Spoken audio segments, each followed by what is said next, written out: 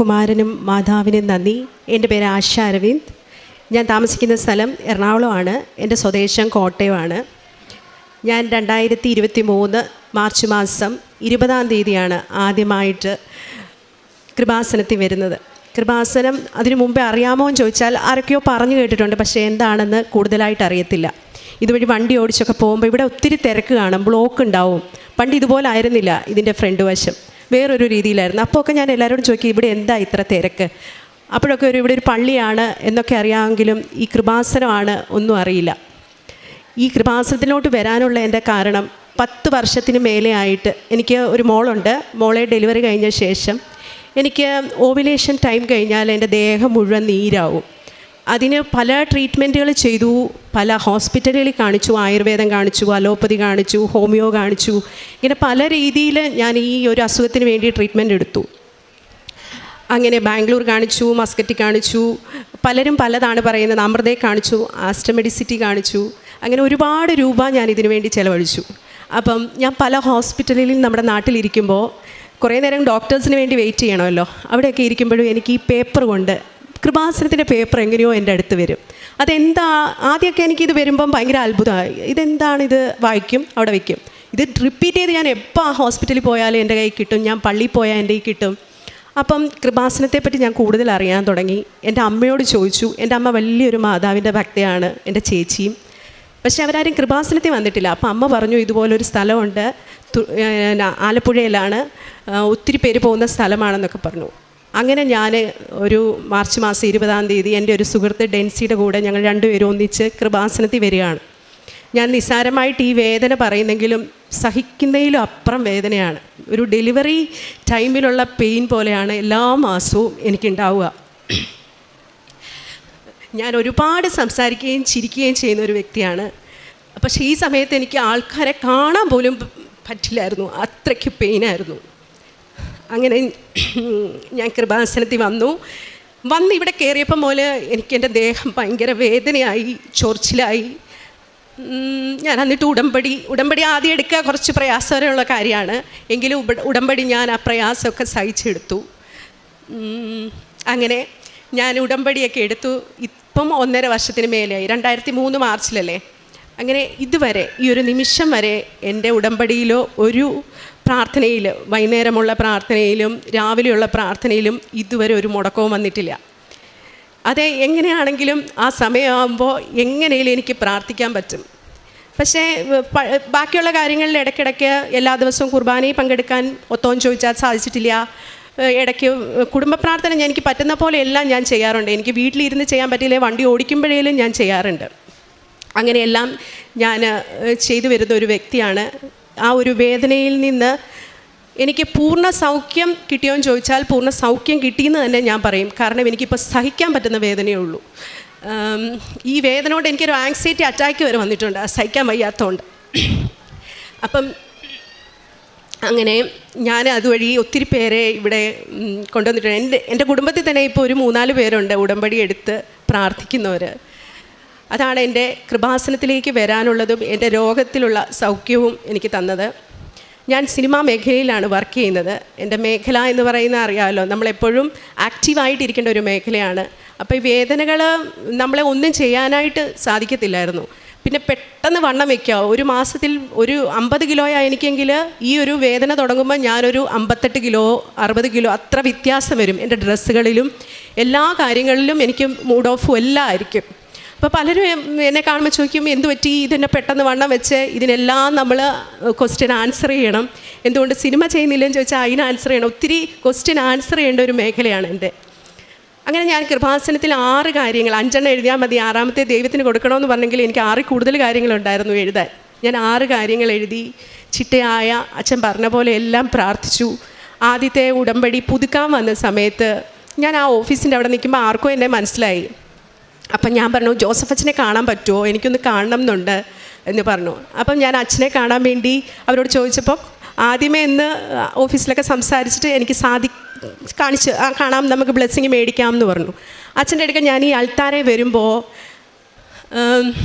അച്ഛൻ എന്നോട് എൻ്റെ മുഖത്തേക്ക് നോക്കിയിട്ട്, ഞാൻ സിനിമയിലാണോ, എന്താ നിൻ്റെ ആവശ്യം എന്നൊന്നും അല്ല ചോദിച്ചത്, എൻ്റെ മുഖത്തോട്ട് ഇങ്ങനെ നോക്കിയിട്ട് അച്ഛൻ പ്രാർത്ഥിച്ചു. അത് കഴിഞ്ഞ് എന്നോട് ചോദിച്ചു ഏത് മേഖലയിലാണ് വർക്ക് ചെയ്യുന്നത്. അപ്പം ഞാൻ പറഞ്ഞു സിനിമയിലാണ്. ഞാൻ കൂടുതൽ അഡ്വർടൈസ്മെൻറ്റാണ് ചെയ്യുന്നത്, സിനിമയും ചെയ്യും. ഞാൻ ജോലി ചെയ്യുന്നുണ്ടായിരുന്നു, ഇപ്പം ജോലിയൊക്കെ വിട്ടു. എയർപോർട്ടിലായിരുന്നു, ഇൻഫോ പാർക്കിൽ ജോലി ചെയ്തു, അങ്ങനെ പല ജോലികളും ചെയ്തു. എങ്കിൽ പോലും അതെല്ലാം വിട്ടിട്ട് ഇപ്പം സിനിമയും അഡ്വർടൈസ്മെൻറ്റും മാത്രമാണ് എന്ന് പറഞ്ഞു. പക്ഷേ നീ എന്നോട് അതിനെപ്പറ്റിയോ അല്ലെങ്കിൽ ഒന്നും പറഞ്ഞില്ല. എന്നോട് ആകെ അച്ഛൻ പറഞ്ഞ ഒരേ ഒരു കാര്യമുള്ളൂ, നീ സാക്ഷ്യം പറയണം. ഞാനത് അച്ഛനെ നീ സാക്ഷ്യം പറയുമോ എന്ന് ചോദിച്ചു. ഞാനൊന്ന് ഇങ്ങനെ മുഖത്തോട് നോക്കി, സാക്ഷ്യം പറയുമല്ലോ അല്ലേ എന്നെടുത്ത് ചോദിച്ചു. അച്ഛൻ എനിക്ക് വേണ്ടി പ്രാർത്ഥിച്ചു. ഞാൻ തിരിച്ച് വീട്ടിലേക്ക് പോയി അവിടെ ചെന്ന് വളരെ ടയേർഡായിരുന്നു. എന്ന് ചെന്നപ്പോൾ ഒരു കോള് വരികയാണ്. എനിക്കൊരു അസോസിയേറ്റ് ഒരു പയ്യൻ വിളിച്ചു, ആശ ചേച്ചിയല്ലേ, ഒരു മൂവിയുണ്ട്, നമ്മൾ ഫെസ്റ്റിവൽ മൂവിയാണ്. ഇതുവരെ ഞാനൊരു 2008 ആദ്യമായിട്ട് പരസ്യം ചെയ്യാൻ തുടങ്ങുന്നത്. ഒരുപാട് നാഷണൽ ആർട്സും ഒരുപാട് പരസ്യങ്ങൾ ചെയ്തു. എങ്കിലും സിനിമയിൽ ഞാൻ അധികം അഭിനയിച്ചിട്ടില്ല. 2011 തുടങ്ങിയെങ്കിലും 19 സിനിമ ചെയ്തിട്ടുണ്ടെങ്കിലും വലിയ ഒരു ക്യാരക്ടർ അല്ലെങ്കിൽ ഞാൻ അഭിനയിച്ച വലിയ ക്യാരക്ടർ ശ്രദ്ധിക്കപ്പെട്ടിട്ടുള്ളതല്ല. ഈ പയ്യൻ എന്നെ വിളിച്ചിട്ട് ഇങ്ങനെ ഒരു സിനിമയുണ്ട്, അത് പല ഫേമസ് നടികളും വേണ്ടെന്ന് വെച്ചതാണ്. കാരണം അതിൻ്റെ പ്രായം 80 വയസ്സാണ്. അപ്പോൾ ആ 80 വയസ്സായിട്ട് അഭിനയിക്കണം. ഒരു റിയൽ സ്റ്റോറിയാണ്. വെള്ളപ്പൊക്കത്തിൽ നടന്ന ഒരു പ്ലെമേന അമ്മയുടെ കഥയാണ്. അത് റിയൽ സ്റ്റോറിയാണ്. ഫെസ്റ്റിവലിനും അവാർഡുകൾക്കൊക്കെ അയക്കാനുള്ളതാണ്. കേരള ഗവൺമെൻറ്റാണ് പ്രൊഡ്യൂസ് ചെയ്യുന്നത്. അപ്പോൾ കഥ കേൾക്കാനായിട്ട്, കഥ പറയാൻ വീട്ടിലേക്ക് വരട്ടെ എന്ന് ചോദിച്ചു. ഞാൻ പറഞ്ഞു വരൂ, എപ്പോൾ വേണേലും വന്നോളൂ, ഞാനിവിടെ ഉണ്ട്. അവരുടെ മേക്കപ്പിൻ്റെ ആൾക്കാർ എല്ലാവരെയും കൂട്ടി അവർ വീട്ടിലേക്ക് വന്നു, കഥ പറഞ്ഞു. അതിനുശേഷം എനിക്ക് ആ ക്യാരക്ടർ ചേരുമോ എന്ന് എന്നെ ഒരുക്കി നോക്കി. അത് കഴിഞ്ഞിട്ട് അവരുടെ അറിയാമല്ലോ, ഗവൺമെൻറ്റിൻ്റെ സിനിമയാകുമ്പോൾ നമുക്കതിനകത്ത് ഒരുപാട് ഫിനാൻഷ്യലി ഒരുപാട് ഉണ്ടാവില്ല. അത് സംസാരിച്ചു. അങ്ങനത്തെ എല്ലാം സംസാരിച്ച് വളരെ പെട്ടെന്നായിരുന്നു ആ ഒരു സിനിമയുടെ എന്നിലേക്കുള്ള കാസ്റ്റിങ്. കാരണം വലിയ വലിയ സ്റ്റാറുകളിൽ നിന്നും മാറി എന്നിലേക്ക് അത് വന്നത് എനിക്ക് ഭയങ്കര അതിശയമായിരുന്നു. ആ സിനിമ വളരെ പെട്ടെന്ന് ചെയ്യണമെന്നും പറഞ്ഞു. ഒരു 4 ദിവസത്തിനുള്ളിൽ ഷൂട്ട് തുടങ്ങും. പക്ഷേ അതിനുവേണ്ടി പല കുട്ടികളും അതിൻ്റെ ബാക്കിലുള്ളവർ മാസങ്ങളായിട്ട് ഗ്രൂം ചെയ്ത് അതിലേക്ക് വരാനായിട്ട് ഒരുങ്ങിയിരിക്കുന്നതാണ്. ഇത്രയും എക്സ്പീരിയൻസ്ഡ് ആയിട്ടുള്ള ക്യാരക്ടർ ഞാൻ എങ്ങനെ ചെയ്യും എന്നൊക്കെ എന്നെ വളരെ ആശയക്കുഴപ്പത്തിലാക്കിയെങ്കിലും ഞാൻ ആ സിനിമയിൽ ജോയിൻ ചെയ്തു. സിനിമയിൽ അഭിനയിച്ചു. ആ സിനിമയ്ക്ക് എന്തൊക്കെയോ ഈ കൃപാസന മാതാവുമായിട്ട് ഭയങ്കര അടുപ്പമാണ്. കാരണം ഒരു മാതാവിൻ്റെ പാട്ട് ഞാൻ അതിനകത്തിരുന്ന് പാടുന്നുണ്ട്. അതിൻ്റെ പോസ്റ്റേഴ്സ് ഇറങ്ങുമ്പോൾ ഈ ഒരു ബാക്ക്ഗ്രൗണ്ടാണ് ആ പോസ്റ്റേഴ്സിന്, അതിൽ ഞാൻ നിൽക്കുന്നതായിട്ടാണ്. അത് മാത്രമല്ല, ഞാൻ അവിടെ നമ്മൾ ഷൂട്ട് നടക്കുമ്പം ആകെ അവർ 18 ദിവസമാണ് ഈ സിനിമ മുഴുവൻ ഷൂട്ട് ചെയ്യാൻ ടൈം തന്നേക്കുന്നത്. അതിന് 16 ദിവസം കൊണ്ടെങ്കിലും ഷൂട്ട് ചെയ്ത് കൊടുക്കണം. അപ്പോൾ അത്രയ്ക്ക് ഹെക്റ്റിക്കായിട്ടാണ് ഈ സിനിമ എടുക്കുന്നത്. വെള്ളപ്പൊക്കമാണ്, മുഴുവൻ നേരവും മഴയാണ്. അങ്ങനെ എടുക്കുന്ന സമയത്ത് എനിക്ക് വേണ്ടി അവർക്ക് മാറ്റിത്തരാനോ അല്ലെങ്കിൽ എനിക്ക് വേണ്ടി പ്രാർത്ഥിക്കാൻ സമയം തരാനോ ഒന്നും സമയമില്ല. കാരണം കൂടുതലും ഞാനാണ് അതിനകത്ത് അഭിനയിക്കുന്നത്. എങ്കിൽ പോലും 5:30 വെളുപ്പിനെ, രാത്രിയിലൊക്കെ ഷൂട്ടുണ്ട് ചില ദിവസങ്ങളിൽ, എങ്കിൽ പോലും ആശ എവിടെ എന്ന് ചോദിക്കുമ്പോൾ ഞാനിവിടെ ഇരുന്ന് മുട്ടേക്കുത്തി നിന്ന് പ്രാർത്ഥിക്കുകയായിരിക്കും. ആ വീടും ഒരു മാതാവിൻ്റെ ഒരു ഈരാറ്റുപേട്ടയിലുള്ള വീടാണ്, ഒരു ക്രിസ്ത്യൻ വീടാണ്. അതിനുള്ള സജ്ജീകരണങ്ങളെല്ലാം അവരും എനിക്ക് ചെയ്തു തരും. അതുപോലെ ആ സിനിമയിലുള്ള എല്ലാവരും എനിക്ക് രാത്രിയിലും രാവിലെയും പ്രാർത്ഥിക്കാനുള്ള എല്ലാ ഒരുക്കങ്ങളും ചെയ്തു തരും. അത്രയ്ക്ക് മനോഹരമായ ഒരു സെറ്റായിരുന്നു. ഒരു ദൈവികത ഭയങ്കര നിറഞ്ഞു നിൽക്കുന്ന ഒരു സിനിമയായിരുന്നു. അങ്ങനെ ആ സിനിമ ഞാൻ ചെയ്ത് അതിപ്പോൾ ഫെസ്റ്റിവലിന് അയച്ചിട്ടുണ്ട്. ഓണത്തിന് റിലീസാണ്. സിനിമയുടെ പേര് പ്രളയശേഷം ഒരു ജലകന്യക എന്നാണ്. ആ ഒരു സിനിമ തീർച്ചയായിട്ടും എനിക്ക് കൃപാസന മാതാവ് എൻ്റെ കയ്യിൽ തന്ന സിനിമ തന്നെയാണ്. ദൈവത്തിനും കൃപാസന മാതാവിനും ഒരുപാട് നന്ദി. അതേപോലെ സ്വർണ്ണ കന്യക എന്നൊരു പുതിയ സിനിമ ചെയ്തു, അതും മാതാവിൻ്റെ സിനിമ. അപ്പോൾ എന്നെ കാണുമ്പോൾ എല്ലാവരും ചോദിക്കും, പാശ മാതാവിൻ്റെ സിനിമ മാത്രമേ ചെയ്യാറുള്ളൂ എന്ന്. ആ സിനിമ മാതാവിൻ്റെ സ്റ്റോറിയാണ്. 4 ഭാഷകളിലായിട്ടാണ് അത് ഇറങ്ങുന്നത്. അതും അതിൻ്റെ ഷൂട്ടും പ്രോസസ്സിങ്ങും ഒക്കെ നടക്കുന്നു. അങ്ങനെ ദൈവം എന്നെ പല കാര്യങ്ങളിൽ, ഞാൻ ഒരു 6 കാര്യങ്ങൾ എഴുതിയെങ്കിലും ആ എഴുതിയതെല്ലാം ഇതുമായിട്ട് ബന്ധപ്പെട്ട കാര്യങ്ങളായിരുന്നു. അതെല്ലാം കൂടെ എനിക്ക് ഒന്നിച്ചു തരികയായിരുന്നു. കാരണം ഈ പ്രളയശേഷം ജലകന്യക സിനിമയുടെ കൂടെ എനിക്ക് സിനിമ എൻ്റെ ലൈഫിലെ, എൻ്റെ ജീവിതത്തിലെ കരിയറിനെ ഉയർത്തണേ മാതാവേ എന്ന് പ്രാർത്ഥിക്കുമ്പോൾ അതിൻ്റെ താഴെ എഴുതിയിരുന്നത് എനിക്ക് സിനിമ പഠിക്കാൻ കൂടുതൽ അവസരം തരണേ, എനിക്ക് ഡബ്ബിങ് പഠിക്കാൻ കൂടുതൽ അവസരം തരണം. അങ്ങനെ ഓരോന്നും എല്ലാം കൂടെ ഒന്നിച്ച് എനിക്ക് ദൈവം തന്നു. കാരണം ഈ സിനിമ പഠിപ്പിക്കുന്നവരാണ് അത് ഡയറക്റ്റ് ചെയ്യുന്നത്. ലോഹിതദാസ് സാറിൻ്റെ മോന്, അതേപോലെ ലോഹിതദാസ് സാറിൻ്റെ അസോസിയേറ്റ്, അവരെല്ലാം സിനിമ പഠിപ്പിക്കുന്നവരാണ്. അദ്ദേഹത്തിൻ്റെ ബ്രദറാണ് ഡബ്ബിങ് പഠിപ്പിക്കുന്നവരാണ്. അപ്പോൾ എനിക്ക് അതിലൂടെ ഒരു വലിയ പഠനവും കൂടിയാണ്. ഞാൻ പറഞ്ഞ 6 കാര്യങ്ങൾ അങ്ങനെ സാധിച്ചു കിട്ടി. അതെൻ്റെ ഒരു ജീവിതത്തിൽ ഭയങ്കര, എൻ്റെ ഒരു കരിയറിൽ തന്നെ എനിക്ക് ഒരുപാട് മനസ്സിന് സന്തോഷം തന്ന ഒരു കാര്യമാണ്. പിന്നെ ഞാൻ പറഞ്ഞ അസുഖം എനിക്കിപ്പം പൂർണ്ണ മാറ്റമുണ്ട്. ഞാനിങ്ങനെയൊന്നും ചിരിക്കുക പോലും ഇല്ലായിരുന്നു. എനിക്ക് കുളിക്കാൻ പോയിട്ടൊന്നും ചിരിക്കാൻ പോലും വയ്യാത്ത വേദനയായിരുന്നു. ഒരു കാറ്റടിക്കാൻ വേല, ഇതൊന്നും എനിക്ക് ഏറ്റവും അടുപ്പമുള്ളവർക്കൊക്കെ അറിയാം, പക്ഷേ അല്ലാത്തവർക്ക് അറിയത്തില്ല. പെട്ടെന്ന് എന്താ വണ്ണം വെച്ചേ എന്ന് മാത്രമേ എല്ലാവരും ചോദിക്കാറുള്ളൂ. മൂന്നാമതായി എൻ്റെ അമ്മയ്ക്ക് പെട്ടെന്നൊരു ബ്രസ്റ്റിലൊരു മുഴ വന്നു. അത് ബയോപ്സിക്ക് അയക്കണമെന്ന് പറഞ്ഞു, അയച്ചു. അമൃത ഹോസ്പിറ്റലിലാണ് കൊണ്ടുപോയത്. അവർ ബയോപ്സിക്ക് അയച്ചിട്ട്, ബയോപ്സിക്ക് അയക്കുമ്പോൾ അറിയാമല്ലോ അവിടെ ഗ്രോത്ത് എടുത്തിട്ടാണല്ലോ, അപ്പം നമ്മൾ ചിലർക്ക് ബ്ലീഡിങ് വരും. അപ്പം 3 ദിവസം നമ്മൾ കൈ അനക്കാൻ പാടില്ല, കംപ്ലീറ്റ് റെസ്റ്റ് വേണം.